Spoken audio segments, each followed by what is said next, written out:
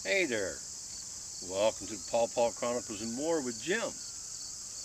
Well, today I wanted to come out here and do a video and speak with you about what it is I'm doing and try to explain a little bit of my madness. Now, there's a number of different Facebook groups for the Pawpaw out there, and I'm a member of quite a few of them. And somebody had posted a question on one of the groups I felt to be a legitimate and a good question. Why am I grafting so many pieces of scion into one tree? And are they multiple varieties? No, they're not multiple varieties. This tree right here I have shared with you before. This is a sunflower. I guess what I could say is taking a shortcut. The availability is one thing. I didn't really start getting into dealing with the propagation of pawpaws until 2018. Yes, I had some pawpaw trees around here, but I didn't really pay a whole lot of attention to them until one day one produced fruit, and holy cow, it started that little bit of a fever. So I set about doing different things. Now, this tree right here, as I had shared in the past, was grafted in 2020. It's a sunflower. Every leaf, every stick in this tree is of that particular variety, sunflower. That being said, as I stated, it was grafted in 2020. I guess availability is one thing that I'm looking at. The tree was a root sucker at one time. I planted it here in 2018. I left it alone in 2019.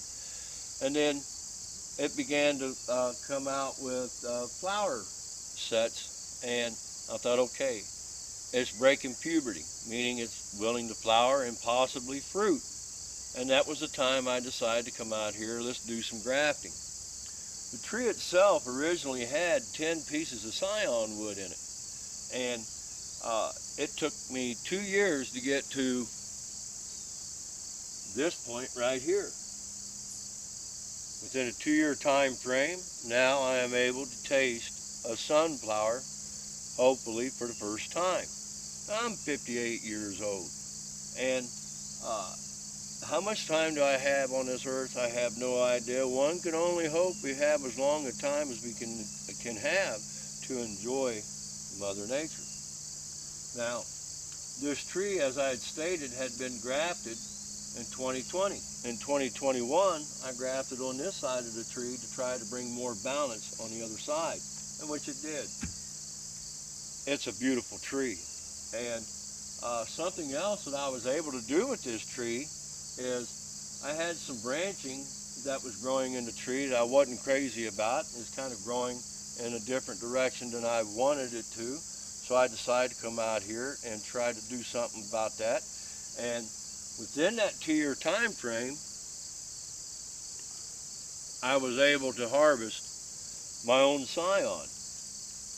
Now, back in January, the end of January, I came in here and I looked and I cut a piece of scion out of this tree, and I used that scion for this right here. Now, this is a rootstock. It's in its 3rd year. How much longer do I have to wait for that to continue to grow to where I can enjoy the fruit? 5, 6 years? I don't know for sure. I can't swear to it, but I would assume roughly around 6 at least. Am I going to be around to enjoy that? I don't know. Nobody knows how long they got on this good earth. This will end up being for somebody else. I have a number of these down in the nursery, different varieties, and there you have that. Now, like I said, within 2 years of grafting, I'm able to harvest fruit out of this tree for the first time. And as I've shared with time, last year I did the same thing to a couple other trees. And one of them, by the way, has flower sets, Rigel, and it'll be able to house a piece of fruit or two in it, and I'm going to allow it to do that if it's willing to, and I'll have an opportunity to taste that fruit, which Rigel isn't a whole lot more smaller than this one right here. And then this year I grafted another one, Canopus. Top worked it, put 11 pieces of scion wood into it, and every bit of it is Canopus. And next year it'll probably have flower sets to be able to produce fruit the year after. And this is my goal. This is what I'm after. So here we are, 2022, fruit from this tree. In 2023, fruit from this tree and from Rigel. And by the way, I have a mango down there. It's more than big enough. And actually, it's as big, if not bigger, than this tree. And it should be able to produce fruit next year if it's willing. So there's 3 next year that I'll be eating that are known cultivars. A second year sunflower and Rigel and possibly mango for the first time next year. Another thing that gives me the opportunity of doing is cross-pollination.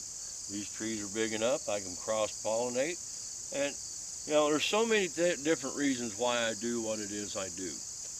It's just my way of cultivating, propagating, as you want to say, and getting the results that I want.